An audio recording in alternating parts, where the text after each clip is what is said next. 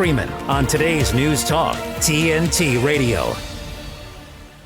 Right. The second hour of the show is proving we're talking about different topics, difficult topics rather, in the second hour of this show. We've just talked about knife crime. Now we're going to be talking about child abuse, because it is actually Global Child Abuse Awareness Day today. And my next guest, I didn't realise actually, we just had a chat in the break there.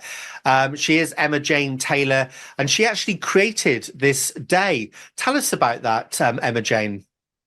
Hi, James. Yeah, thank you for having me on your show today. So, a year ago, I put on this T-shirt. It says #NotMyShame. I'm not afraid to say I was sexually abused as a child. I was a child. It isn't my shame. And I did that because at the time I was sort of doing more and more campaigning, and I felt like it was the right thing for me to do as a campaigner. And I put it on my social media pages and it went viral. And suddenly survivors were coming forward saying, how can we get involved? And we want a T-shirt. And I was like, oh, okay, I hadn't really kind of got that far. And a lady called Lynn stepped up and she wore a T-shirt with me. And then a lady called Jo. And then it just sort of seemed to snowball, James, and completely out of control. So we put a shop together. And decided to do what we could to bring survivors together. And here we are a year on. We've created this day. It's Global Awareness Day. We've been connected with people all over the world. We've had the hashtag translated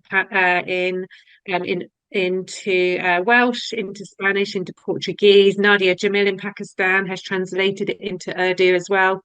So it is just flying around the world at the moment. That's amazing. Well done you for doing that, Emma Jane. Now, what is it might seem like an obvious question, but I probably needs unpacking. But what are you trying to achieve with this awareness campaign? So originally for me, it was to remind myself that as a survivor of child sexual abuse, that it wasn't my shame. And anyone who's gone through any kind of difficulty and trauma of this kind will know that actually for a long time you sit with that shame. You're embarrassed. There's a secret. It's this dirty secret that you don't want to share because it's uncomfortable. And I decided that we needed to make these uncomfortable conversations comfortable, to a point that we can help survivors, support survivors, liberate survivors. So it was really about going, okay, well, look, let's turn the table.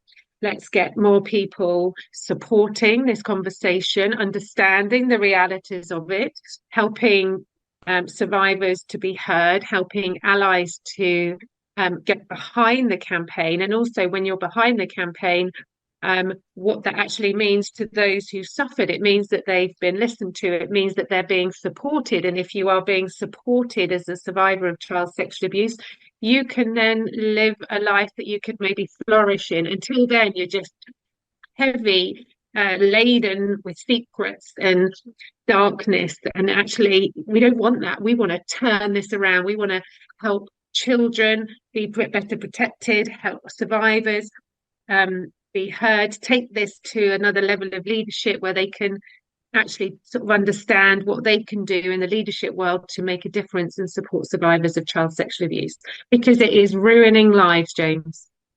Yeah, it is. I mean, obviously, the actual act itself is absolutely devastating, and that is damaging in itself.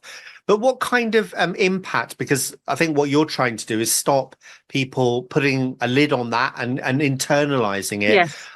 Because the impact that has. What impact does that have on people's lives? Tell us, without obviously talking about anyone specifically, tell us the kind of effect that has on people's lives if they don't deal with it. I can speak from my own personal experiences as well here, James. I went through difficulties with addictions, drinking, drugs. I struggled with various eating disorders. I was labelled a failure, a girl going nowhere. I was thrown into psychiatric care at 13, kicked out of school and let back in many times until I left officially at 15, 16. And I guess I lived a life that people thought I'd probably be dead or in prison by the time I was 19, 20. Fortunately, none of that happened, but I came very close on many occasions. So I was playing out the trauma responses. I didn't know how to deal with it. So you are internalizing things. You're manifesting because you don't know how to speak about it. You remember you're a child, right? You haven't developed, your brain hasn't developed. And if we look at the development of children, um, scientifically, our brains aren't developed until late teens, early 20s. Some say late 20s, early 30s.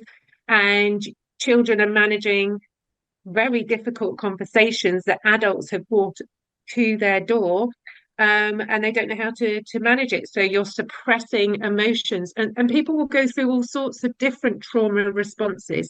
And there's no one size fits all. For me, it was dissociation, maladaptive dreaming. I had various ab reactions, and like I say, addictions and disorders with my eating, as well. So it can show in very many ways. And I think what I really would like people to think is actually the child that's suddenly become naughty or behaving in a way that doesn't seem usual. Look beyond that. It might not be child sexual abuse, but let's not throw kids out on the streets and just write them off. There might be a lot of other things we can do to help. And what is being done because of course, children most of them are at school.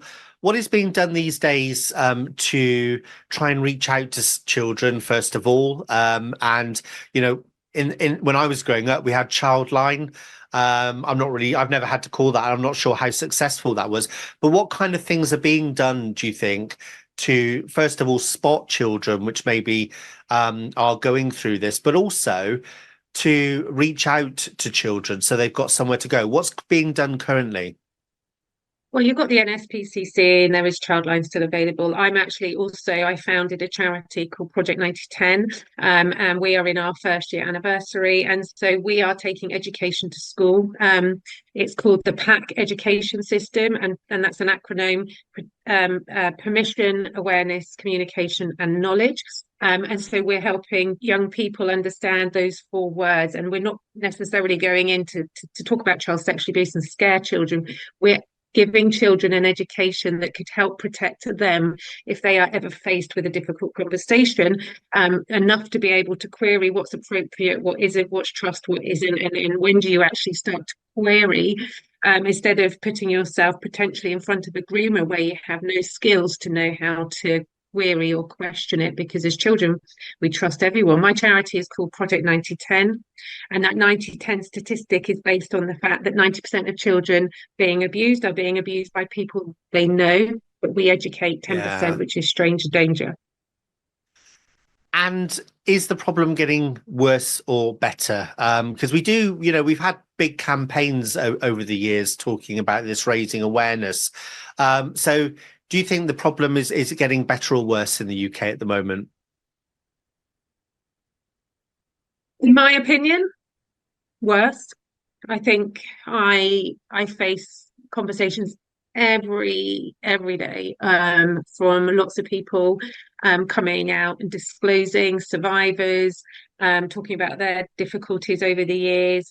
The school system, I think, is in a very difficult position right now because of the online world, and I think that's super problematic, for young children today.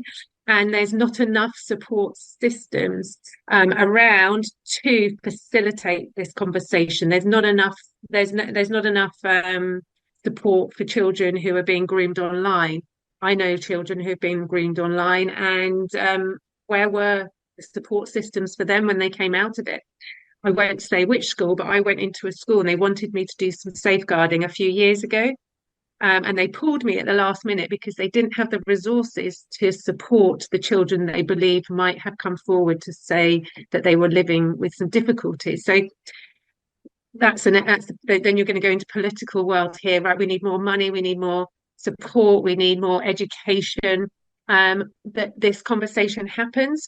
If you can get to children early enough, you can support children, then you are going to help children flourish through their life into their adulthood and into the rest of their future, and that becomes a generational change. And we're a long way from that, but that's what I really would love to see. And actually, potentially we wouldn't have war after war after war after war if we've got a flourishing society of children, young adults and adults, because they are being considered, supported and flourishing. Yeah, now interesting you mentioned online. I mean, most kids these days at quite young age have got smartphones, haven't they? Now you mentioned there about people being groomed online, but what about, and I assume there you're talking about specific individuals maybe in chat rooms and that kind of thing. But how worried are you about how easily children can access pornographic material now? And also there's a lot of people actually that are very concerned about some of the actual school education material which is being taught to school kids, because a lot of people are arguing that young kids are being sexualized. They're being introduced into ideas which actually they're not ready for yet. And this is a form of grooming of children. Do you have a view on that? And are you worried about it? 100%, James. I mean, you're looking at children in primary school, you're giving them senior education. It doesn't work for a developing child. Children are developing 4 to 7 is a really an impressionable years, and then you take that into young seniors and they're starting to grow, and then you go into your senior life. Now you need probably 3 or 4 different educations there to start helping children understand. So yeah, targeting children, or not targeting, trying to educate children on various conversations that they are not developed for is going to be dangerous. We need to protect children. We need to help children understand languages, understand behaviors, appropriate conversations to have. They're not being taught any of this. And I'm sorry, PSHE. I don't think it cuts any ice when we look at the children today. I go in and do PSHE for various schools. But it's not enough. It's not enough. Children need to be considered daily as they develop in a world that's changed. We're talking about 21st century here. We're still teaching children 20th century stuff. It's so archaic, and it's not a growth that has been of any benefit to young people today, in the future, or the future to follow. Yeah, and that is a whole other topic, the education in schools at the Yes. moment. But so I'm going, because we've only got about 3 minutes left, but I'd be interested to hear what your thoughts are on young children getting access to material which they shouldn't do, not via the school, but via being online. Porn. How do we solve that? It's a big question, but how would you go about solving that? I don't give a child a phone with so much access to the internet. I mean, why would you do that? I've worked with children who are young teens, and they were groomed from 7. And I worked with a young lady a couple of years ago, and she said she wished that she wasn't given a phone at 7 years old. She said, because it was all my mates were looking online. I didn't really know what I was doing. I went with it. I know adults, James, that cannot use a mobile phone, and they get stressed out, and then they get into difficult conversations. And you're giving that to a child. Quite simple. Children have to develop with technology. I fully understand that. But let's make this technology aligned with the development of young minds, and do not give a phone that 50-year-old women and men cannot cope with. Don't give that to a 7-year-old, because there is a huge gap of development there that hasn't been achieved. So for me, it's quite simple. The fact that we haven't got that in place, and parents are still just giving their children, it's a nanny, isn't it? I mean, there you go. There's your phone. I'll see you in a couple of hours. It is difficult though. I mean, I've got 2 children, and we do actually monitor their use. But my youngest is 11 years old. She's just got a smartphone. And main reason, because we weren't going to give it to her for another couple of years, but the problem is all of her friends have got them, and actually they end up being left out and isolated.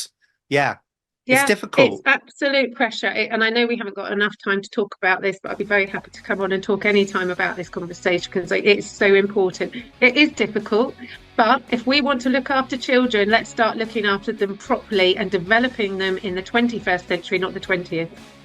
Right. Thank you so much, Emma Jane. Listen, I was holding my hand up there because I wanted to cut in, because I want you to tell the viewers where they go to support your charities.